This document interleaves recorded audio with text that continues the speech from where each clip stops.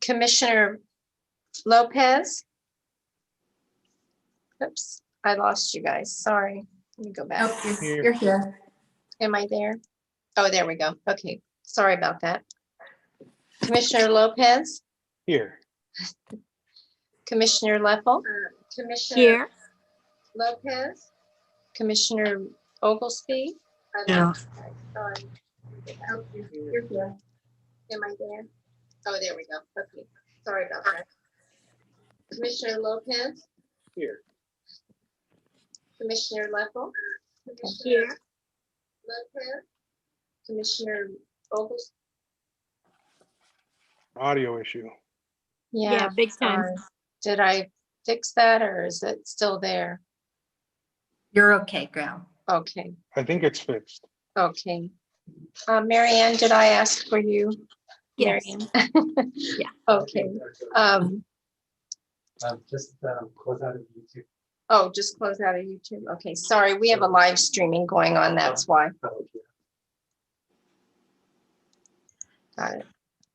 So we do have a quorum, and Supervisor Lopez, the Mayor Oglesby just told us that he's going in and out because he's attending a funeral right now.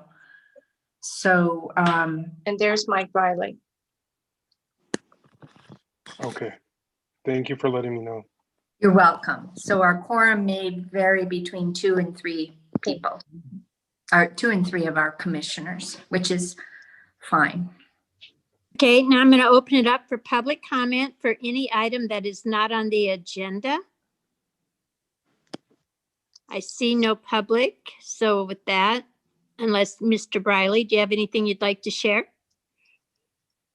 Well, I joined another meeting and I was all by myself over there. I'm not sure what happened. It was pretty lonely. So I got out of that one and luckily I found this one. So We're happy that's you all I have found to it. share, Marianne. Sorry. Okay.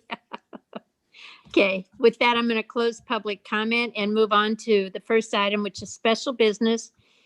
Consider selection of Budget and Finance Committee Chair. This is a recommended action to select the committee chair for calendar year 2021. I'll open it up for nominations.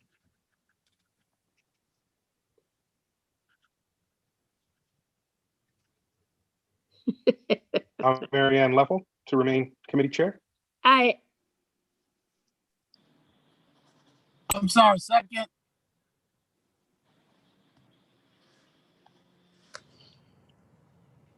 I said, Marianne, you need to hold the, you need to announce the nomination. I might die in this role. I think I've had it for 11 years at the airport. Wow. Okay, I'm going to go ahead and ask for a roll call vote.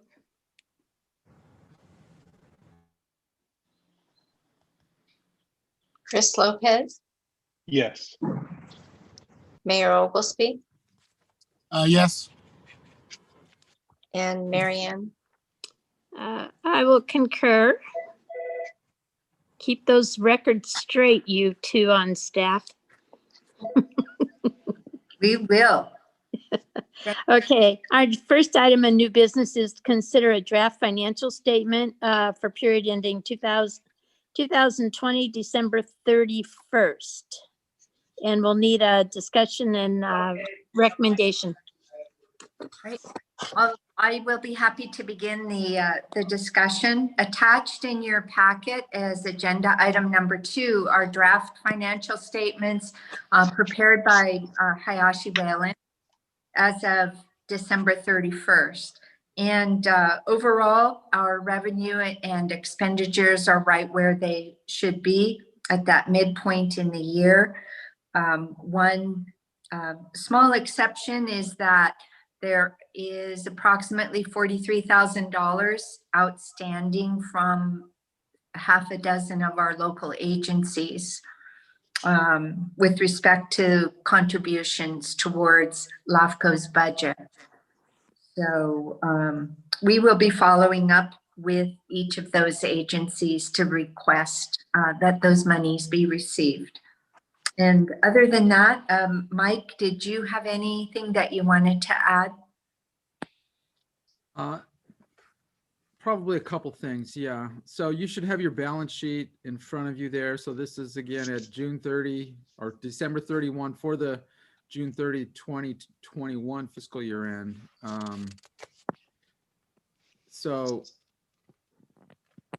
the number that stands out in the cash section is a number that you should all be familiar with. So this is I'm on account 1020 restricted cash for litigation. You'll see there's a balance in that account on the balance sheet of $347,000 and some change there. So as you know, the district or the LAFCO received $500,000 from FORA to cover various dissolution expenses, contingency for legal and so forth. So that's being held separately. You'll see a corresponding liability down below in an equal amount in the liability section if you go down to account 2380.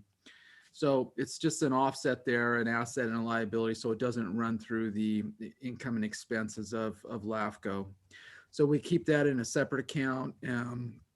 As of December 31, there's been approximately 153,000 or so spent down from the 500,000. So that would be the big number that stands out on the asset section of the balance sheet. Kate, did you want to say anything further on that point before I move on? Just to note that at this time, there's only one remaining litigation item for FORA, as far as we know, and that we play a pretty inactive role in that. It's a dispute between Delray Oaks and the Native Plant Society. They expect to be in facilitated discussions through almost the end of 2021. And LAFCO's attorney is playing a helpful role, but not one that takes a lot of her time. So I expect that fund balance to stay very close to where it is. And it does not look like we're going to receive any surprise lawsuits relating to FORA. So that is the good news. Okay, thank you, Kate. So moving on down the balance sheet, Kate already mentioned the accounts receivable. That's account 1233, about a third of the way down the balance sheet, $43,111 still outstanding. So if you go back to page 6 of your financial statement packet, you'll actually see the detail by district of what makes up that 43,000. Some smaller amounts, the two largest ones are the Carmel Area Wastewater District, and a couple of others, Monterey Peninsula Regional Park and Santa Lucia District, Community Services District. So those three make up the bulk of that 43,000. And then there's a few other smaller entities that owe a little. So as Kate said, the LAFCO's going through the proper channels to get that money collected. Anything else on that point, Kate? No, thank you. I have a question on that. I think this is the first time since I've been active on the committee that we've seen that many go into February. That is correct. Usually we might have one or two very tiny districts that owe a couple of $100. So my sense is, I mean, these are very, these districts have all been great. And there's one city, they've all been fine paying for all these years. So I'm imagining it's some kind of an oversight matter. And so we are not anticipating having a problem with collections. Mary Ann, to your point, yeah, I think you're absolutely right. We've never seen this before. Just my own experience professionally working with a lot of these entities and other entities, I think just COVID put everybody out of whack. Everything that normally would have gotten done, or I should say most things, not everything, that normally would have gotten done in the fall is not just now getting wrapped up. So I don't know that firsthand by any of these 6 entities here, but just based on what I've seen over the last 6 or 8 months, it's been tough. And I'm sure you've seen it all in your own organizations too. Not so much that they can't do it, it's just they're so backed up with work and just getting things done. So what's our procedure, Kate? Do you call them personally and chat with them, or do you send them a letter? Because this is since this is July, right? Yes, well, they would have received the invoices last June. They did receive follow-up official invoices, second invoices from the county auditor's controller in October. So my plan now is to do two things. One is to follow up with a friendly letter from me directly, give them 30 days, and then we will make phone calls to their accountants or bookkeepers. And last step would be, say, around the beginning of June, if necessary, LAFCO can direct the county auditor controller to move funds from their county treasury accounts into the LAFCO account. And we would prepare an official notice of that action. But that's, I don't want it to come to that. So we will do phone calls and friendly letters, and I'll talk personally with city managers and general managers and their accountants. Okay. Through the chair, Yes, sir. for me as a committee, it's hard for us to get here and go through the audit and these payments be, I guess, what it's so far behind. I just think I think a better procedure is when we get to our discussion, we should be at the stage of calling the county, the county auditor and accessing their funds. Right now, we're just talking about, well, what's going on with the money, and it's 3 steps later, but we're trying to clean up our books. So I think it has to be something where by the time it gets to us and they still owe us money, Kate, you should be telling us how you already made your calls. You already made your nice calls, you already made the inquiries, but they haven't got back with us because now we're supposed to sign off on these numbers, and we're not sure where they stand. They're all good for the money, could be COVID, but I'm just talking about a procedure where when you brief us about these guys are still late, it's because you did all that you were going to do. And so, but now we're going to go past it because you still have some things that you feel comfortable doing. So I just want to think about the procedure. So next time we go through this, whether it's 2 people, 1 entity, we can leave here by saying the next step is to call the county auditor and have them just, delinquent the account. Because right now it's 2 steps. And so when are we going to hear about whether they made 2 steps? We're really not. We're just going to hear you got the money from the county auditor. Right? Because there's no need for you to tell us you called with a friendly call and 2 people paid. You sent the friendly letter, 3 more people paid. You called their accountant and the last 2 paid. Right? We don't necessarily need to hear that. Yeah, it's a lot. It's a lot of stuff for you, but I'm talking to the to my other board members. Is there should be some type of procedure where when we get to the audit, we're at the stage where we're authorizing Kate or encouraging Kate to go ahead and just go to the auditor and get the money. That's my 2 cents. All right, well, thank you. We do have an official procedure, adopted policy, and it does specify going to the auditor. It's just, I want to do the intermediate step of being as friendly as we can. Right. Before. No, I got it. That's my last comment. Yeah. But you said, but in the staff report, it just says you sent a letter in October. Yes. Right. So it's October, November, December, January. That's all I'm saying. Right. Okay. All right. Thank you. Okay. Thank you. And I totally agree with you, Mayor Oglesby. It's probably that Kate, I would say, just in the world I came from, 20 days after you send that second invoice, make a phone call. Yeah, I too am wondering if it's more that everybody's gone home, in terms of the digital reality that we're all on Zoom now. How many invoices are sitting in folks' inboxes? I'm wondering if we invoice digitally and if that would help. Yep. Do we do it in, both by paper, mail, and by digital? They were by paper mail. So I would agree. I just had that with something in Sacramento that has been sitting on somebody's desk, something that I'm dealing with for about 4 months.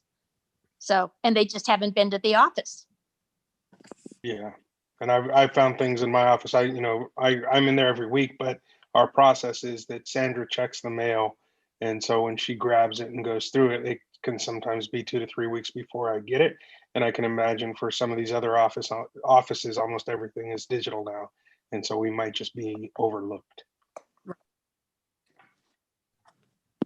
Well, we will have, we plan to bring these financial statements to our commission at the commission's meeting on February 22nd. And so if I have any update, I'll provide it to the full commission then, just another week from now. Terrific. Thank you. You're welcome. Okay, so I need a motion for approval of the draft financial statements for December 31st, 2020. So moved. Oglesby. Lopez seconds. And if we could have a roll call, please. Commissioner Lopez, Yes. Commissioner Oglesby, Aye. Commissioner Leffel, Yes, thank you. all ayes. Thank you. Okay. Ian, in the interest of you, I see there are 2 more items that need to have approval. So should I skip to 4 and 5 so we can get those approved and you can go on? If you could, please. Yeah, that would be fine with me. Chris, are you okay with that if we just Good with me. move 4 and 5 up? Absolutely. Okay.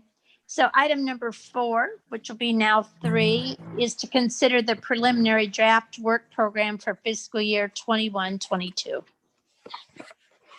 Okay. Thank you, Chair. The agenda item number 4 does provide a proposed work program for the coming fiscal year that begins in July.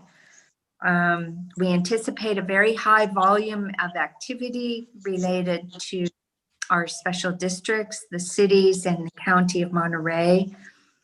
Some of the highlights that we're expecting to be addressing this year are major expansion plans for the cities of Soledad and the city of Gonzales.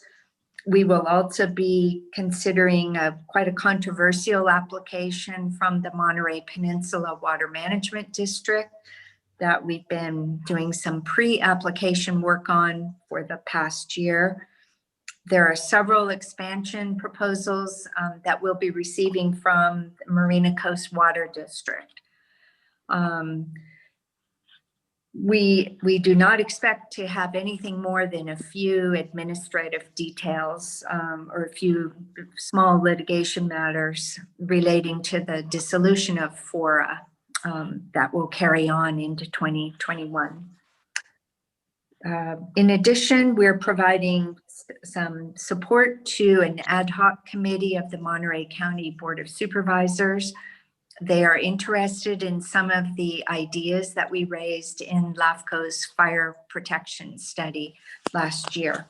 So we're working with county staff and those county supervisors on exploring some of those ideas. We're also preparing municipal service reviews and sphere of influence studies for several of our communities. One of them will be as a foundation for the growth plan in the city of Soledad and the Monterey Peninsula Water Management District's application.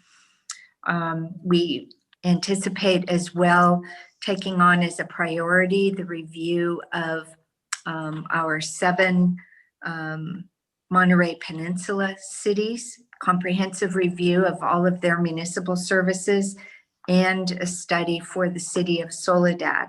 If there's time, we will also then move into reviews for the cities of Salinas and Gonzales, Greenfield, and King City. We're spending an interesting amount of time right now assisting some of our smaller cities and special districts. They're coming to us with problems and challenges relating to governance,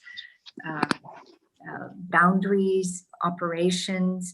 And for instance, this week, I spent 2 evenings with the Castroville Cemetery District and the North County Recreation and Park District.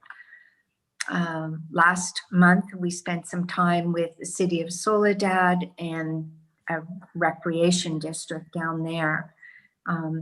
These are examples of small local agencies that are looking for some resources to help them with get through some very challenging times.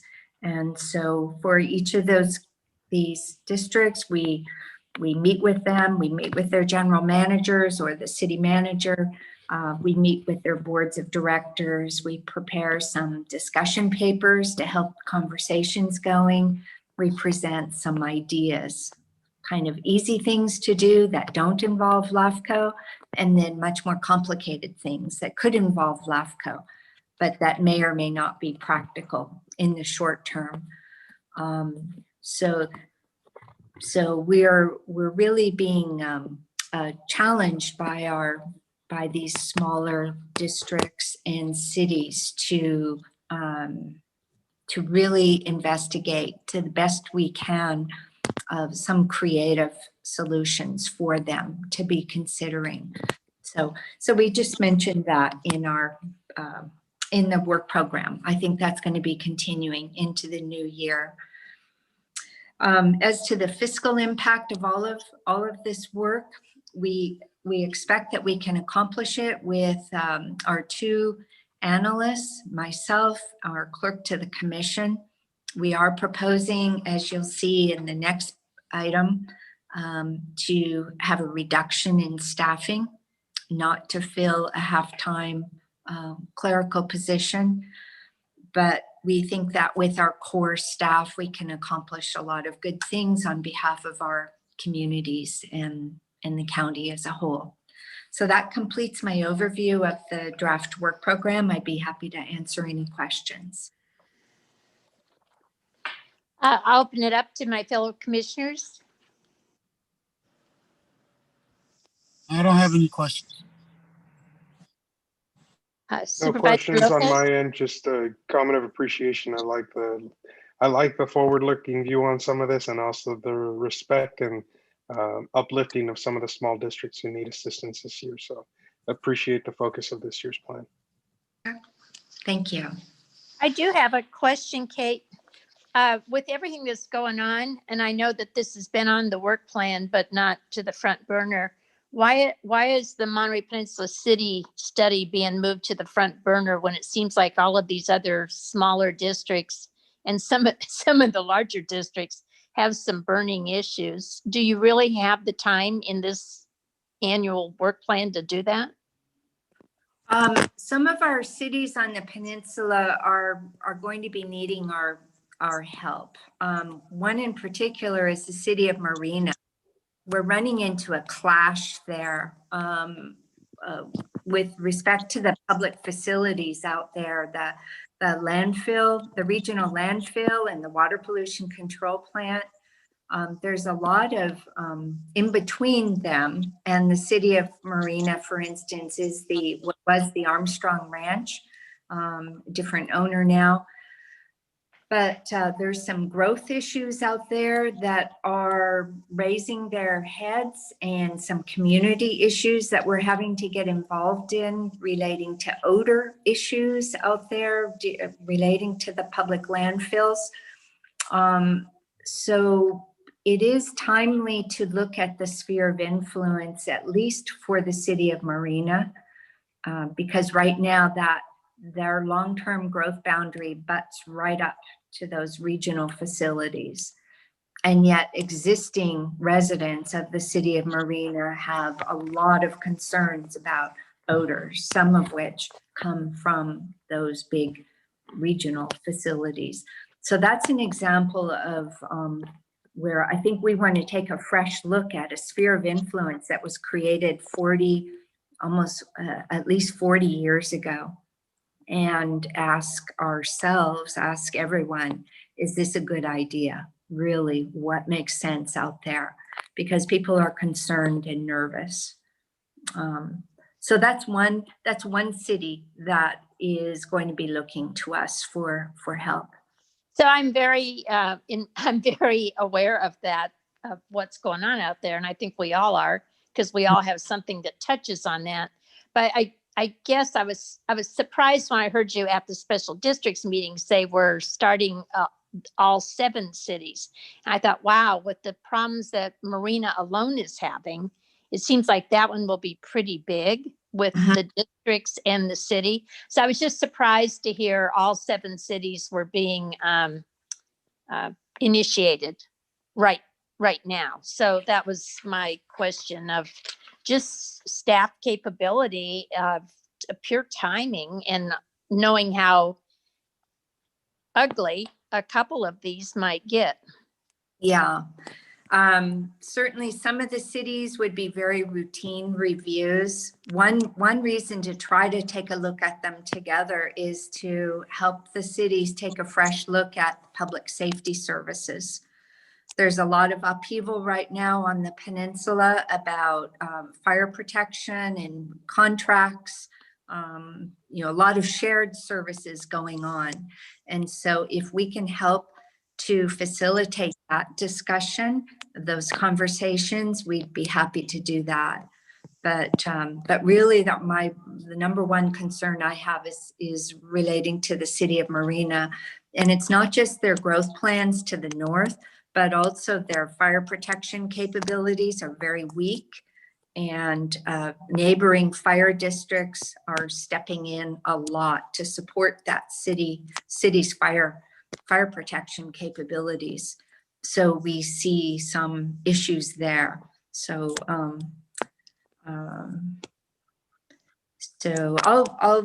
I will be giving that more thought in the next couple of months as we begin to put a more detailed work plan together on how to approach the cities.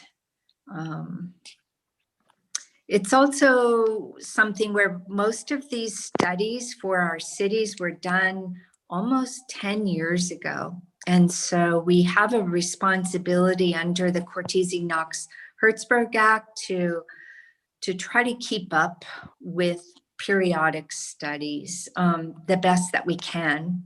And so some of the cities I think we can deal with very quickly because they don't have a lot of growth potential.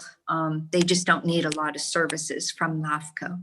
But some we're really going to slow down on and need to address more carefully.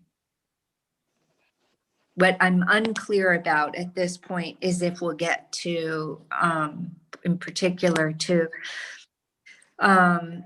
the smaller cities in the Salinas Valley and the city of Salinas. We do need to work with the cities of Gonzales and Soledad as priorities because they do have expansion plans. And those plans can really not move forward until LAFCO does these foundational types of studies. So my big priorities are the cities of Gonzales, Soledad, Monterey Peninsula Water Management District, and the city of Marina. A little bit lesser priority would be the peninsula cities. So thank you for your thoughts on that. That helps me. Well, I read, and it was in your report, commission be able to make a finding that the proposed work program can reasonably be accomplished with a reduced budget. And I was thinking, wow, I don't think so. Mm-hmm. That's why I love my budget and finance committee. They help me as a reality check. one option is to recommend a focus initially on the city of Marina in terms of the peninsula cities only. Well, I think we're going to get involved with the water management district's request.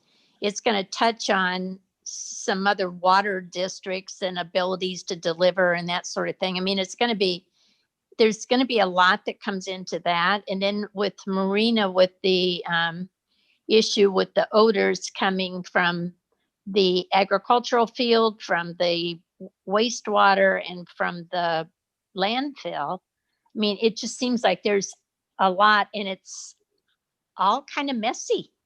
Yes, it is. It's going to be a challenge. So, Ian and Chris, are you good with all cities on the peninsula, or would you like to see it where we just say we're going to focus on Marina this year and the issues that are already mounting out there? I'll jump in. I don't, I'm not sure there's any. Well, Seaside has some issues and concerns, but I do think it should be focused on Marina. If we're talking about staff time, because I think we already discussed a few months back about water. And so if this is the time to focus on LAFCO's review of how water is provided to the county, then this is the time to say, hey, let's cut back a little bit here. And so I agree with you, Chair, along those lines. Thank you. I'm not opposed to a little more focus.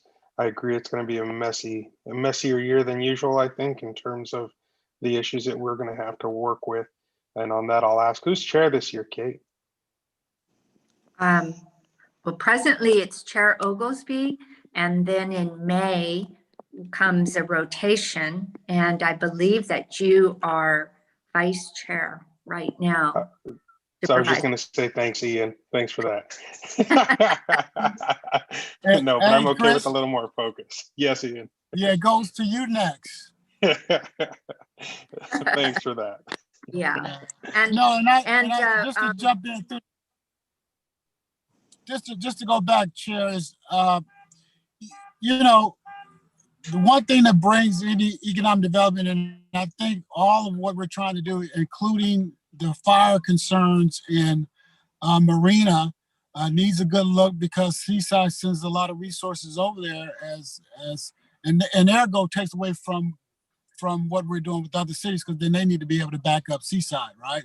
It's a rolling type issue. But my point is, the water issue is a concern for us really to talk with, and for LAFCO to have an understanding on what's going on there. Just not taking these one entities or one issues at a time.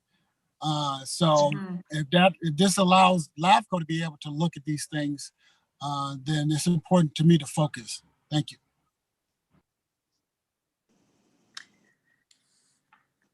With respect to water districts, LAFCO did complete a study of the Marina Coast Water District just a few years ago. But that does seem to be a very dynamic area in terms of information and the issues that keep arising there. And yes, the Monterey Peninsula Water Management District application is going to touch very much on capabilities of other water districts in the neighborhood. So would we, I guess kind of where we might be headed is with the Monterey Peninsula Water Management District, that we realize that we're going to have to look at the other water districts and the total complement of how water is moved about to serve the needs of our citizens.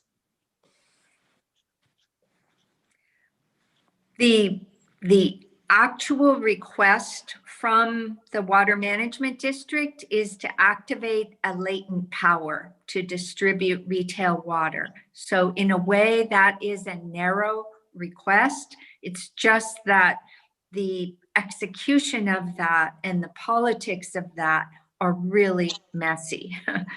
Yeah. There is also a companion request from that district, or there will be, for a minor change to their boundaries so that their boundaries better match the Monterey water system of Cal-Am. And so, so there we're getting directly into boundary issues and touching up on other water districts. So yes, the complexities there are really unusual. You know, it's going to be quite the application. We also, the applications or the needs that we have to provide studies in support of Soledad and Gonzales, those ones are very complicated too, because they're right on top of a lot of farmland. The area that is going to be requested for growth is very large with respect or relative to their existing city boundaries. So there's a lot of messy issues with those cities too. And of course, you know, we want to support affordable housing and all of that, but it's from a public policy standpoint, there's a lot of issues involved with the Monterey Peninsula Water Management District and the growth plans and studies needed for Soledad and Gonzales. So those are a lot to bite off on, and we will be doing all of that work in-house. So I appreciate the your guidance and suggestions, maybe to scale back the sphere of influence studies.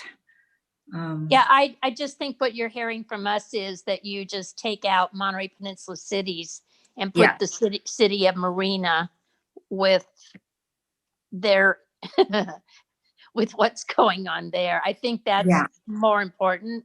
And really that touches all the cities, because all of us feed into that, except for Carmel, all the peninsula cities feed into that wastewater, and all of our refuse goes to that landfill. So it really does impact everybody. So we're picking off two things that impact everybody without getting into their fire and police and parks and all of that, which could go for another year. I don't think anybody's having any kind of a meltdown.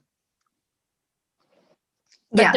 the Marina thing, when I just read it on social media and read it, it is just ugly, and it's not going to get any better. Somebody needs to step in and be an adult in the room. Yes, and potentially the city has the opportunity through the LAFCO process to initiate a change. The city council could request that LAFCO pull back the sphere of influence boundaries that were approved more than 40 years ago. And that, I think, would take some of the pressure off of, you know, thinking about even worsening the development potential and the land use conflicts with the regional public facilities. Now, of course, Ramco, the owner of the lands there, former Armstrong Ranch, they won't want that at all. And so, and that is unincorporated county lands right now. And so I'm sure the county would have lots to say about that. So we're really thinking about how to approach those issues, but it is timely, since that Marina community is having to do that odor study and try to figure out how to address those problems. Another aspect of that is, what are the city of Marina's long-term growth plans? And LAFCO does have a very major role in that. So, and their fire protection. That would be a priority too. We believe that the city needs to step up more and fund that service better and not rely on the city of Seaside so much and neighboring fire districts. So there's a summary of my study. Okay, and then to get to back to Mayor Oglesby talking about the water. And I'm not talking about the water Monterey Peninsula Water Management District. I think, Ian, if I'm hearing you correctly, you're talking about kind of like the water from Marina down to Carmel, correct? Correct. It's just, there's concerns surrounding that. So if we're going to study it, we're going to talk about it. I don't think it should just be so pigeonholed. We're just talking about that one so-called application, because us approving anything affects the whole gamut, right? And so if there's one entity that has the ability to ask everybody to look at it, we oversee the special districts, the water district, and we oversee some of what the cities are doing. And so this is an opportunity to say, after looking at it, these are some of the ways that we suggest, and some of the ways we support you guys fixing the water, and some of the ways we don't think it's a good idea. But we can't say that, and we can't give them suggestions if we are not focused, and then we're just approving the applications, as they come through us. Whether it's a year from now, 2 years from now, all these different entities. And so, yes. It's just, I'm just agreeing with you in the absence of, if we cut away the things that we don't have to do, then I think we can clearly see the things that people want us to focus on. And whether that's the Marina Coast, whether that's the city of Marina, and things that we need to do, which is we know we need to do some work around their fire. It's just, I'm agreeing with, I think all of us are saying the same things, that what focus allows us to do is really strategically look at it instead of just processing a application.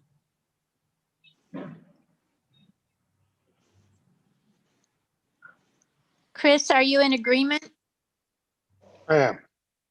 All right. So Kate, I guess if you eliminate Monterey Peninsula cities as a group and put Marina and everything that's going on there, and then water as a whole, just maybe the water delivery system. And does it need to be, Chris, I'm going to ask you this from the county standpoint, does it need to be from Castroville to Salinas to the peninsula? Yeah. I mean, when you think about the interplay, it absolutely has to be.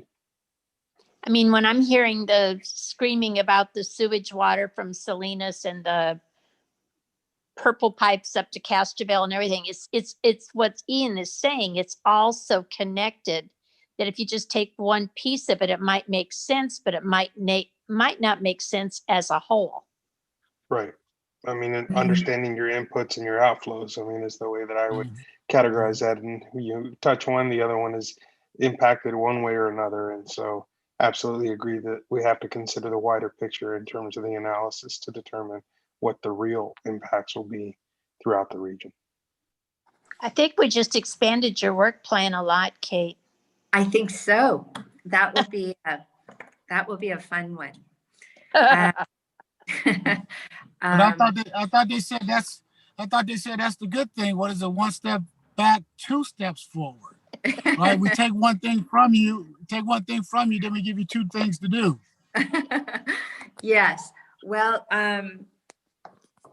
we accept the challenge there. And so some of the water delivery system items aren't even LAFCO regulated agencies, so you know. But that doesn't mean that we can't do some kind of a larger look at it all. I would probably come back to you with some suggestions on how we might go forward. Yeah, for me, in between the meetings, the chair speaks for me, Marianne. Okay, thank you. Oh, Okay. No pressure, Ian. No, it's just, I mean, sometimes I know, Chris may, of course, from his position, but for me, I trust you guys to put your head together. And because I know Seaside, for example, we, besides water, I'm one of our goals is to control more water. And that's either potable water, gray water, and non-potable water. So, yes, it's a lot of things when we talk about water, LAFCO doesn't have jurisdiction for. But when we're talking about these special districts and we're talking about expanding the boundaries, either we're going to set ourselves up for failure or we're going to just be able to have the information so we can make better decisions. So I think again, for me, Marianne can have my proxy as you guys discuss what should be the limit from the chair's position. So Kate, I'm way open to talk to you as before this comes to the full commission, so we make sure we capture it right. All right, that's good. We'll be in touch next week. Okay, so what I'd like to have then is as a recommended action is that we would approve the work program with the general changes that we've made today to be presented on February 22nd. Actually, we're bringing those on March 22nd. Okay, so we've got more time. Yes. Okay, so we'll have okay, that's good. And if we have to have another finance committee meeting before then, we can do that if we have to. Yeah. Okay. Okay, so can I have so a moved by motion? Oglesby. Okay. I have a motion. Can I have a Second. second? Thank Yeah, you. sorry about that. Couldn't unmute myself. Okay, and roll call vote, please, Gail. Yes, Chris Lopez, Yes. Ian Oglesby, Aye. Marianne Russell, Yes, thank you. all ayes. Thank you. Okay, so we're going to go to number 5, which is a preliminary draft annual budget for fiscal year 21-22. Thank you. Agenda item number 5 contains a proposed budget for your consideration. And this budget would be sufficient to carry out reasonably carry out the proposed work program that the committee has just discussed. What I am suggesting in this budget is about an 8% decrease in the total expenditures as compared to the current year budget. That the decrease can be accommodated by not filling a half-time clerical position, which is vacant right now. Also, there's an assumption that we will be filling the clerk to the commission position, given that Gail plans to retire at the end of June. And I believe that we will fill the position with a new employee that would be come in at a lower step in the salary range. We have anticipated that Mike's firm will help us a little bit more with some clerical, administrative, and HR kind of functions, a few hours a week, on top of the accounting and financial services that they provide now. But we anticipate as well, in terms of our assumptions, that there would be no cost of living increases for our existing staff or your executive officer, and there would be no merit step increases for any of our staff. And that's the case for this current budget year as well. Our commitment is to recognize and address the COVID-related impacts that our local agencies are experiencing right now. And we know that they are struggling all of them, our districts, the cities, and County of Monterey with the pandemic and related challenges. And so what we anticipate doing is keeping our staff costs, our operational costs as low as possible to reduce the stress on our local agencies. So that's an overview of the proposed budget. I'd be glad to answer any questions that you might have.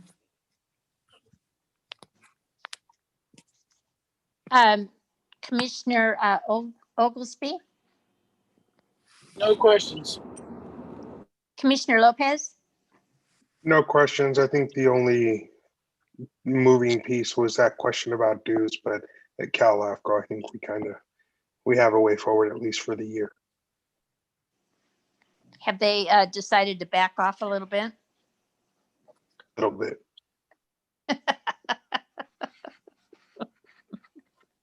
A little bit.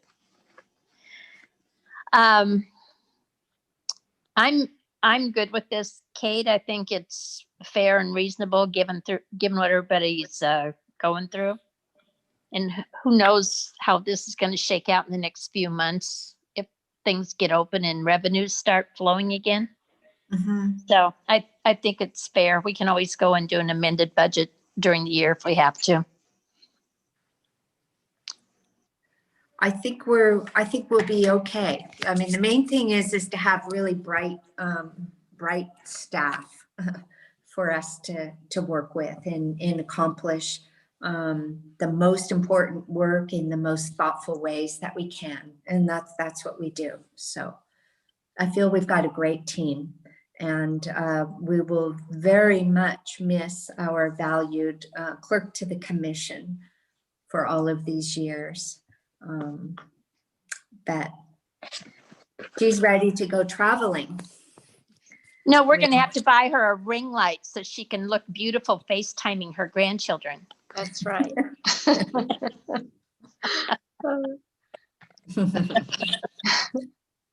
Okay, so if I could have a motion for approval of the draft preliminary budget for 21-22. So moved. Lopez.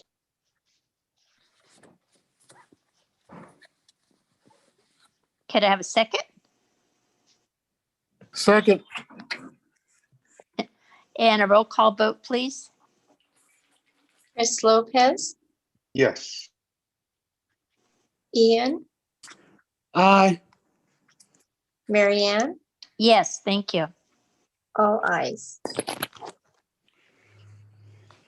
Okay, Mayor Oglesby, I think that's the last item that needs to have an approval if you want to leave us.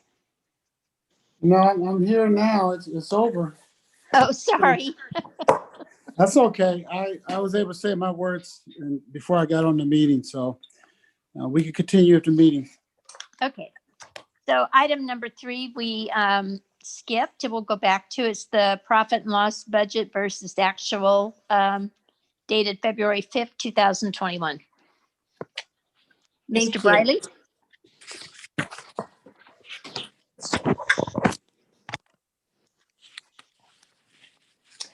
Well, the agenda item number 3 does contain this report that we receive on a every other week basis. It helps us to monitor our budget activities. The only line item I wanted to highlight for you is that we are a little bit over budget on the general legal services account. And that is almost entirely due to the fact that we've had to put so much advance time into preparing for that application from the Monterey Peninsula Water Management District. In past years, we had budgeted about $15,000 for general legal services, but we only spent half of that. And so this year, for a cost-saving measure, we only budgeted half, but now we're probably going to spend back up closer to $15,000 by June. Again, mostly to support work needed by Kelly Donlin in support of the commission's future application for that water district matter. But overall, the line item amount is very small. And so I don't have a concern with the current situation, but if you do, just please let me know, in which case we would probably need to do some kind of a line item transfer or some kind of internal budget amendment. But that small overage does not affect the total expenditures. It does not affect the total budget. And Mike, I don't know if you have any other comments on this February 5th report, please let the committee know. Kate, I don't have anything to add to what you said. I think that's right. a good summary of the report. Thank you. I'll open it up for questions. Commissioner Oglesby? No, I didn't have any. I was just wondering where the excess came from, and Kate made good comments, and I appreciate her getting ahead of the questions from the water district. Yeah, she jumped in front of my questions too on the legal end, but I think, you know, as long as Kate's comfortable saying that that's where we need to be, then that's where we need to be.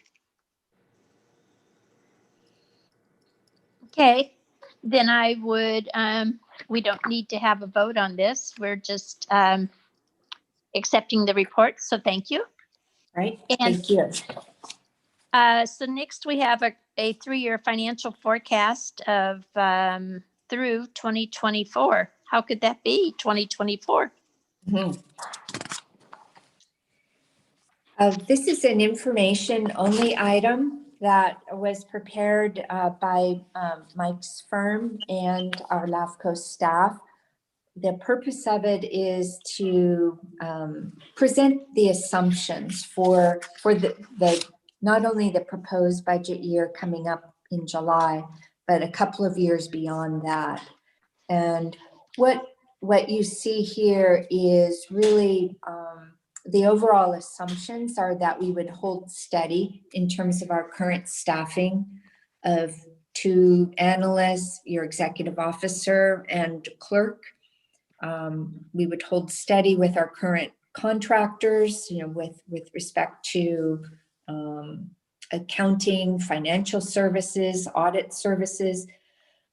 And we anticipate that even going out about 3 years, that the total expenditures would still be at or under the expenditures in the current year budget.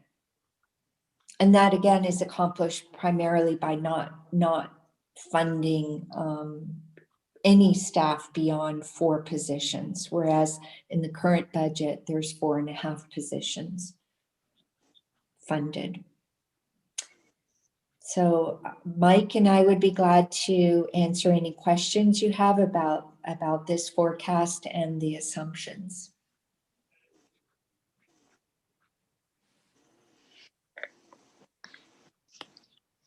I mean, they look pretty reasonable to me without knowing what's coming our way. Mm-hmm. Yeah, me too. Yeah. I have no questions.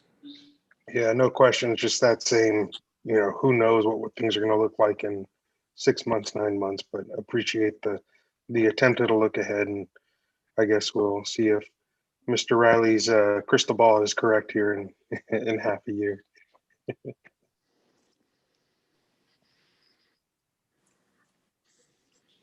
Okay, so I think we have a report, Kate. Nothing to report beyond the agenda items. Thank you. There was a lot of reporting there. Yes.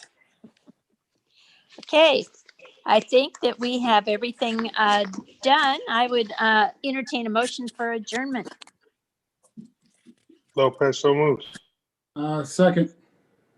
Okay, I will wholeheartedly support that. So you have 3 yeses, Gail. Thank you. Thank you. Thank you, Mike. Thank you, Kate. Thank you, All right. Gail. Thanks, everybody. You're welcome. Thank you. Thanks, Happy Happy everyone. Valentine's Day. Yes, Yeah, thank you guys you. be safe. Happy Yeah. Valentine's. Take care. Bye. Bye.